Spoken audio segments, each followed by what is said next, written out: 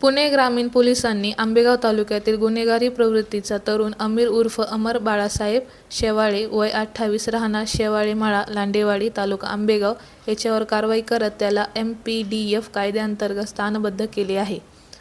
पुणे ग्रामीणचे पोलीस अधीक्षक संदीप सिंह गिल यांनी मागील 5 वर्षातील गंभीर गुन्ह्यांमध्ये सामील असलेल्या व जामिनावर सुटून पुन्हा गुन्हे करणाऱ्या सराईत आरोपीवर कठोर कारवाई करण्याचे आदेश दिले होते.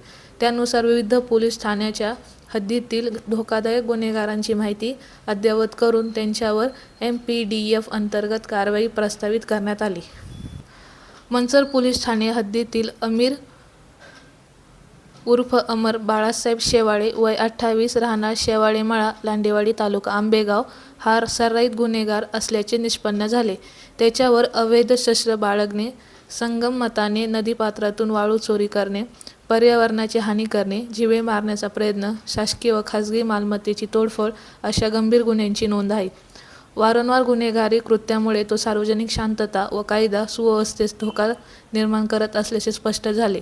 त्यामुळे मंचर पोलीस ठाण्याचे पोलीस निरीक्षक श्रीकांत कंकाळ यांनी त्यांच्याविरुद्ध MPDF कायद्याअंतर्गत कारवाईचा प्रस्ताव पोलीस अधीक्षकांकडे सादर केला असता MPDF कायद्यानुसार अमीर उर्फ अमर शेवाळे याला स्थानबद्ध करण्यात